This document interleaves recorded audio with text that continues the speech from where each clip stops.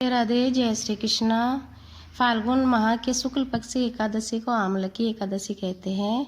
इसकी कथा इस प्रकार है। राजा मानधाता ने गुरु वशिष्ठ से पूछा, हे गुरुदेव, यदि आप मुझ पर प्रसन्न हैं तो किसी व्रत का विधान कहो जिससे मेरा कुछ कल्याण हो। वशिष्ठ जी ने कहा कि हे नरप, सब व्रतों में उत्तम और अंत में मोक्ष प्रदान करने वाला आमलकी एकादशी का व्रत है, सो वह मैं तुम्हारे सामने वर्णन करता हूँ। फाल्गुन मास में शुक्ल पक्ष की एकादशी का नाम ही आमलकी कहा जाता है। इस व्रत करने से समस्त पाप नष्ट हो जाते हैं। इस विषय में मैं तुम्हें एक कथा सुनाता हूँ। हे राजन, वेदिस नामक के नगर में चैत्रथ नाम का चंद्रवंशी राजा राज्य करता था, जो बड़ा विद्वान और धार्मिक विचारों वाला था। उस नगर में सदैव वेद ध्वनि गूंजती रहती थी, जिसके कारण वहाँ पे कोई पापी, दुराचारी, नास्तिक, दरिद्र और कंजूस नहीं था। वहाँ के प्रजाजन वृद्ध, वयस्क, बालक आदि सभी एकादशी व्रत किया करते थे। वे सभी विष्णु भक्त थे।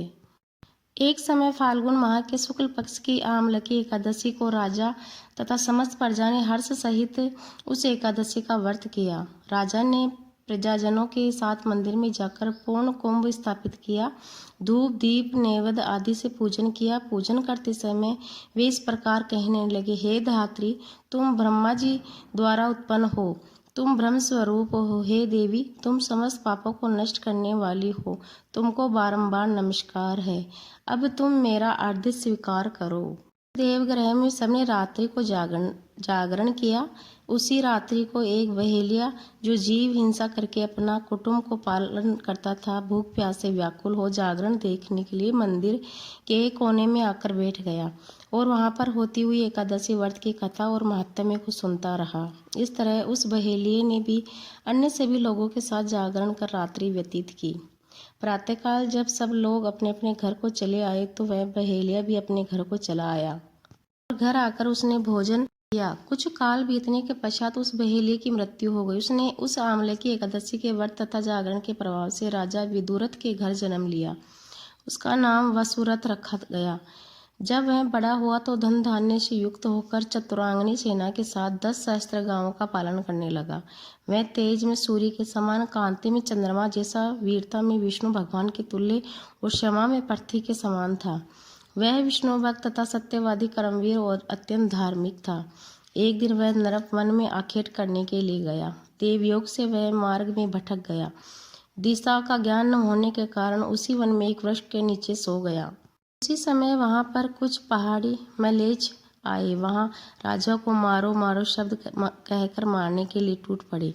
वे राजा को अकेला देख कहने लगे कि इसी दुष्ट राजा ने हमारे माता पिता, पुत्र पौत्र और संबंधियों को मार कर देश से निकाल दिया, अतः इसको अवश्य मार देना चाहिए। इस प्रकार कहकर वह मलेच्छ शस्त्रों अस्त्रों से राजा के शरीर पर प्रहार करने लगे।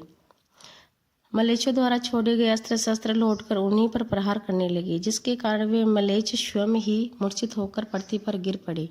उसी समय राजा के शरीर से अत्यंत सुंदर वस्त्र आभूषणों से अलंकृत, अग्नि के समान लाल लाल आंखों वाली, टेढ़ी भ्रुकुटी किए दूसरे काल के समान दिव्य स्त्री प्रकट हुई। उस स्त्री ने जब राजा सो रहा था उसी काल में समय मलेच्छ को मार डाला। जब राजा निंद्रा से जागा तो उसने उन सब मलेच्छों को मरा हुआ देखकर विचार किया कि इन शत्रुओं को मारने वाला कौन है। मेरा इस वन में ऐसा कौन हितैषी है जिसने यह सब मारे हैं। जब राजा ऐसा विचार कर ही रहा था तभी आकाशवाणी हुई, हे राजन, संसार में तेरी रक्षा श्री विष्णु भगवान के अतिरिक्त और कौन कर सकता है। इस आकाशवाणी को सुनकर वह राजा अपने नगर को वापस चला आया और सुखपूर्वक अपना राज्य करने लगा। महर्षि वशिष्ठ ने कहा कि हे राजा मानधाता, यह सब आमल के एकादशी के व्रत के प्रभाव से हुआ है। जो मनुष्य आमल के एकादशी का व्रत करते हैं वे निश्चय ही प्रत्येक कार्य में सफलता प्राप्त करते हैं। बोलो एकादशी मैया की जय हो।